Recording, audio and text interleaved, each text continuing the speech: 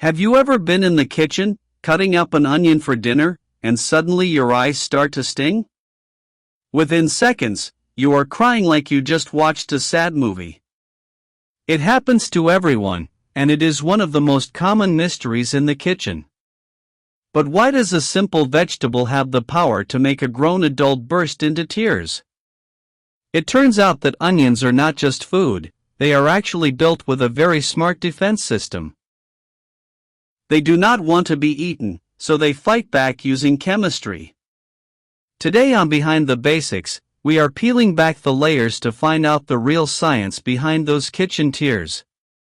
We will look at the hidden gases and the strange reactions that happen the moment your knife hits the board. Let's find out why onions make us cry.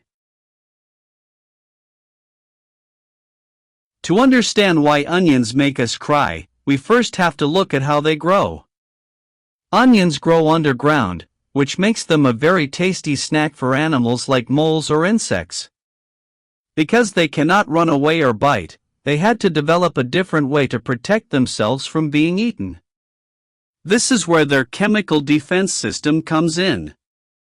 Inside every onion, there are two main things: sulfur and special proteins called enzymes. As long as the onion is whole and sitting on your counter, these two things stay separate. They are locked away in tiny little rooms called cells. Because they are separate, the onion smells like nothing and does not bother your eyes at all. But everything changes the moment you start to cook. When you take a knife and slice through an onion, you are breaking open millions of those tiny cells. This is like breaking down the walls between the two rooms. Once the walls are gone, the sulfur and the enzymes finally meet.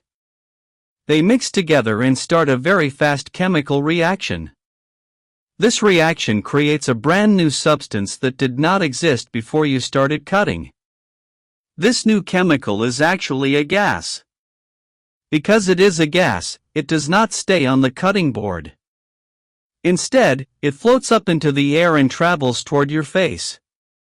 It is a very clever way for the onion to tell the animal or you to stop eating it. The plant is essentially releasing a tiny cloud of invisible pepper spray to defend itself.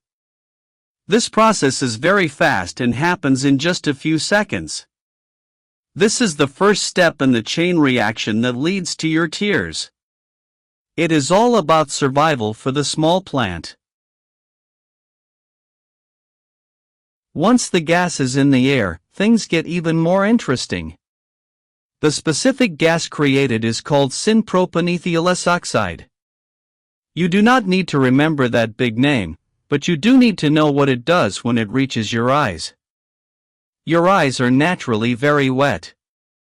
They are covered in a thin layer of liquid to keep them clean and healthy. When that invisible gas from the onion hits the water on the surface of your eyes, another reaction happens. The gas and the water mix together to create a tiny amount of mild sulfuric acid.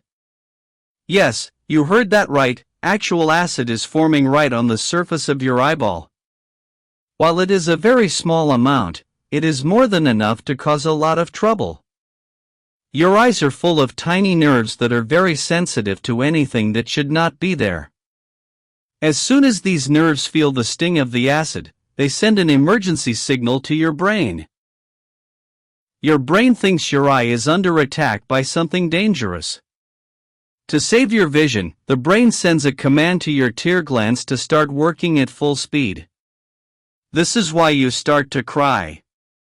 These are not emotional tears like when you are sad, these are reflex tears. Their job is to wash the acid away as fast as possible to protect your eyes. The more you cut the onion, the more gas is released, and the more acid forms. This creates a cycle where you keep crying until the gas is gone. It is a very effective way for the onion to win the fight against anyone trying to chop it up for a tasty salad. Now that we know the science, you might wonder if there is any way to stop the stinging. Since the problem is a gas that reacts with water, we can use simple physics to fight back. One of the best tricks is to put your onions in the fridge for about 30 minutes before you cut them. Cold temperatures slow down chemical reactions. When the onion is cold, the enzymes do not work as fast, and less gas is released into the air. Another great tip is to use a very sharp knife. A dull knife crushes the onion cells, which breaks more of them open and releases more gas. A sharp knife slices cleanly through the cells, which keeps more of the chemicals locked inside. Some people even suggest cutting onions near a fan or under running water. A fan blows the gas away from your face before it can reach your eyes. Cutting under water stops the gas from ever entering the air at all. Even though these tricks might look a little bit silly, they are all based on the basic rules of chemistry. By changing how the gas moves or how fast it forms, you can finally enjoy your cooking without needing a box of tissues. You might also notice that some onions make you cry more than others. This is because different types of onions have different amounts of sulfur. Sweet onions, like the dahlias, usually have less sulfur, so they do not sting your eyes as much. Red and white onions tend to have more, making them much stronger. It is also interesting to know that cooking the onion stops the reaction completely. Once the onion hits the hot pan, the heat destroys the enzymes that create the gas. This is why you only cry when you are prepping the food, never when you are eating the finished meal. The heat turns the stinging chemicals into the sweet, savory flavors that we love. So, while the onion starts as a tiny chemical warrior, it ends as a delicious part of your favorite dish. It is a fair and delicious trade for us.